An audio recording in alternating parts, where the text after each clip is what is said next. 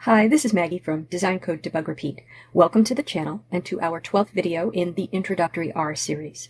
In the last 3 videos, we talked about the tidyverse, and now you know some straightforward ways to manipulate data frames or tibbles that are in tidy format. In this video, we're going to discuss some of the different formats of data files and how to read them in, including special cases. Let's dive in. We've imported a lot of CSV files in these videos without really talking about what a CSV file is. We've imported them and they've come in basically in the tibble form we want, with columns of variables and rows of values. That's because I've chosen files that would import easily, or I've done a little bit of manipulation when importing them, like skipping rows. We'll cover all of that today. CSV files themselves are text files. Let's take a look at one in Notepad++, a simple text editor. This is the ciwrites.csv file from the last video. When we open this in Notepad++, we can read the file. Everything in the file is a character. That's what a text file is. A CSV file is a text file of comma-separated values, CSV. What makes a text file a CSV file, besides the CSV extension, is that there are commas in the text to separate the values and new lines to separate the rows. So there's a comma between values in each row to indicate a new column, and a new line character indicates a new row. You might remember our Canada data. You can see the Canada row right here. Canada, 1981, 194, 20, 20, etc. When that is read in by read CSV, the commas are interpreted as separating variables, so each comma indicates a column. The commas aren't part of the data. At the top of this file, we have the headings for the columns, also separated by commas. Country, year, Siri, cow, polity, etc. We read those in as column names or variable names, not as data. Now let's look at an XLSX or Excel file. When I downloaded the ciwrites dataset, I downloaded it as an XLSX file and then opened it in Excel and saved it as a CSV file because we had been using read CSV all along and I wanted to be consistent. But look at the XLSX file in Notepad++, a text editor. It's not recognizable. The data is all there, but it's in a different format that Excel understands. It's got extra information that isn't just text. Notepad++ is trying to interpret that extra information as text, and the result is these strange characters. You would get a similar result if you opened an image or music file in a text editor. The data is meant to be interpreted as an image or music, but the text editor will interpret it as text. So files come in different formats, and within those formats there are also variations. In a text or Excel file of data, we might have content, lines of text, before the column headers, or lines of text after the last lines of data, summaries, footers, or annotations, like in this apportionment 2020 table 01.xlsx data that I downloaded from census.gov. We might not have column headers. It might not be possible to separate the data with commas because commas might be part of the data. We might also have missing values in a column, either as empty spaces separated by commas or replaced with some text. Here is a cheat sheet for reading data with the tidyverse. There are base R file reading commands such as read.csv and read.table. We're going to use the tidyverse file reading commands though. They have some advantages over the base R commands. I'll link Hadley Wickham's chapter on file reading, this cheat sheet, and some other resources in the description of this video. Cheat sheets can be really helpful once you've learned how to use a library or even a language because they provide a summary of functionality. You might have noticed there's a cheat sheets section of the Help menu in RStudio that you can browse. Now this cheat sheet shows first 5 different read functions with helpful images. You can see what the text file looks like on the left and what the resulting tibble will look like to the right of that. We see the familiar read CSV, but also read CSV2, read TSV, read FWF, and read delim. We're familiar with read CSV, which reads a comma-separated values file, which we've just discussed. In many countries, commas are used instead of periods to denote the decimal portion of a number. So there's also read CSV2, which uses semicolons instead of commas to separate values and interprets commas as decimal points. The read delim function allows you to use any delimiter. Provide a delim parameter which indicates what the delimiter is. In this example, it's a vertical bar. So the text file has vertical bars instead of commas, and if we tell read delim what the delimiter is, it will read the table in correctly. Read TSV is for tab delimited files. This is another common way of storing data in which the values are separated by tabs. And then read FWF, which reads a fixed width file. In a fixed width file, each column is composed of a fixed number of characters. This is an older file format, but you still might encounter it. If we scroll down to the second page of the cheat sheet, we can see that the Read Excel package has several functions that will read Excel formats. So we can read in the Excel format, which has the non-text data in it. The Read Excel package is not one of the packages that's imported with the tidyverse, so you'll have to load that in separately if you're going to use it. Now, if you want to experiment with these, Hadley Wickham shows us in his book that you can pass some text and closed in quotes as the first parameter to any of these functions to see what the result is.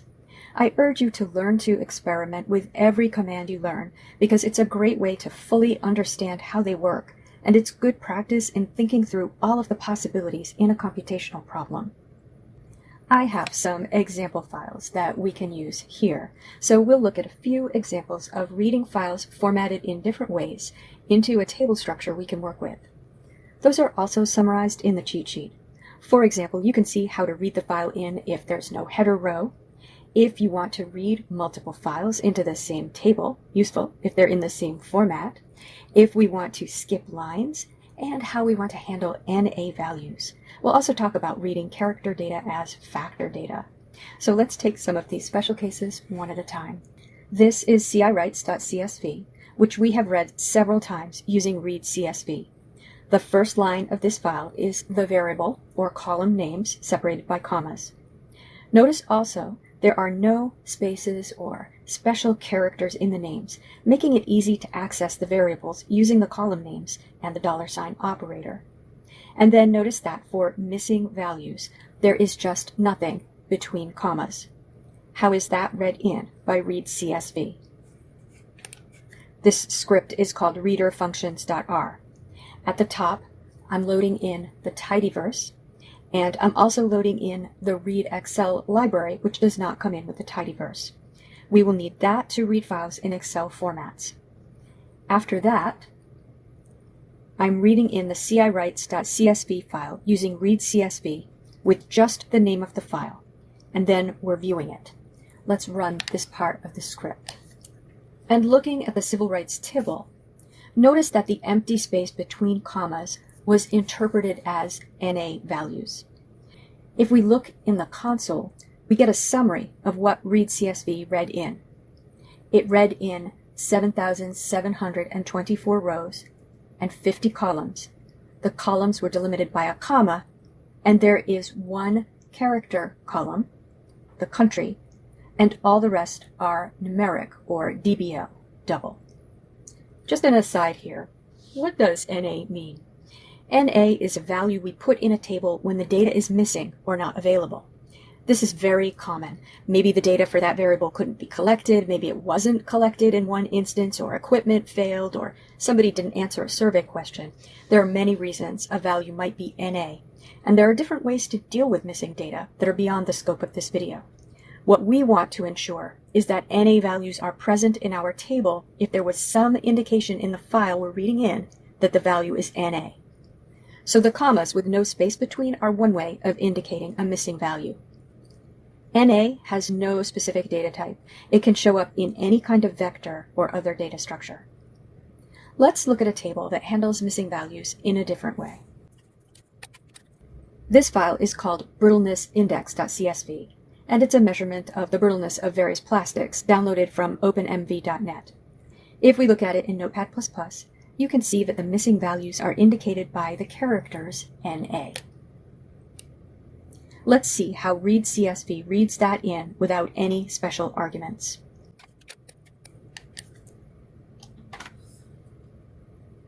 We can see that there are 3 columns and 23 rows, and all columns are of type numeric or double. And in the table itself, we see the NA values. In view, they are italicized and slightly lighter, which lets us know they are that special value NA and not character data. Now, I've created another table for illustration. I've replaced the NAs in the original CSV file with the word none. I have seen different words used to mean missing data. I've called this file brittleness-index-none.csv, and let's read that in without any additional arguments to read CSV and see what we get. Okay, notice first in the table in view that we see the word none, and it looks the same as the other data. And down in the console, we can see that 2 columns are now character data or text, and those are the 2 columns that had none values in them. So the word none in the data caused those columns to be read in as text. We don't want those columns read in as text because then we won't be able to calculate with them without further manipulation. Fortunately, if we look at the help for read CSV,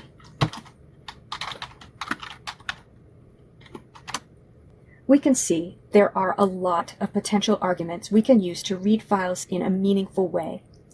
And there is an NA argument. That says a character vector of strings to interpret as missing values. So we can add the argument NA equals C to create a vector, and then let's put in the empty string, quote, quote, and then how about both NA and the word none that we know is in this file, and run that code and look at the resulting table and summary. And this time we can see NA values where the word none was, and we can see that all of the columns were read in as double numeric. Let's look at reading in our file with extra rows at the top and the bottom. The apportionment 2020 table01.xlsx. That's an Excel file. Let's begin by reading it in with read xlsx, because that is the extension of the file, so that's the function we should use, and viewing it. And you can see that those rows at the top came in as data in the first column, which should be state, and the headers came in as data as well, and the columns got named U.S. Department of Commerce, and then ellipsis 2, ellipsis 3, etc. That is not what we want. We want to read in state, apportionment, population, etc. as the column headers. So we want to skip those top lines. And there's a footnotes line that got read in at the bottom, and we don't want that line read in either. In Excel, we can see that we want the 4th line to be the headers. And we want to read to line 54, Wyoming. After that, there's a summary that isn't table data, followed by footnote. So let's look through the arguments to read xlsx and see what might help us read this in properly. There are a few that could help. There's range, which is a cell range to read from. And there's skip, which is minimum number of rows to skip before reading anything. And there's nmax, maximum number of data rows to read. Let's use skip and and max, because those are also arguments in the read CSV function, and so they're more general. The cell range is specific to Excel formats. So we'll use read XLSX with the file name, but we'll add skip equals 3 to skip the 3 lines before the header, and nmax equals 50 to read the 50 states, and view that and run it. And that results in exactly the table we want. Column headers are correct, all the data is there, and there are no extra rows. The column names are very long, though. Let's do one more thing, and that is change the column names to be words with no spaces. We'll use state, apportionment underscore population, number underscore reps, and change. To do that, we use the call names argument and assign to it a vector of the column names we want in order. Now we'll want to skip that row with the column names, so we'll set skip to 4 rather than 3 and view that, and we'll execute it. And now we have names that will be easier to use in our code. Let's look at one final tweak you can do when reading data in, and that's reading character data as factor data.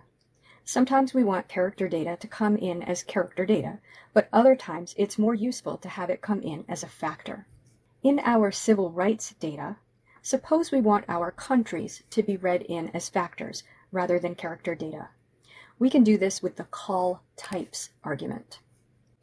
We can pass in a string of the column types we want, using single letters to represent the different types, as shown in the documentation, or we can use a question mark to indicate that R should guess. I'm going to pass in a string of only F for the first column and let R guess the rest. We can also use the syntax call types equals calls, country equals call underscore factor, naming the one column that we want to be read in differently from read CSV's guesses. If I run this code and look at the resulting tibble, I can see that the country column came in as a factor of 200 levels, the 200 countries in the dataset. Okay, I hope that this is pretty easy to understand. I recommend you practice with the different arguments to the read functions to learn how to handle different special cases. I've included an auto-graded exercise that you can download from my GitHub repository, along with all of the code and examples from this video. The links are in the description of this video, along with some book recommendations. Have fun with it.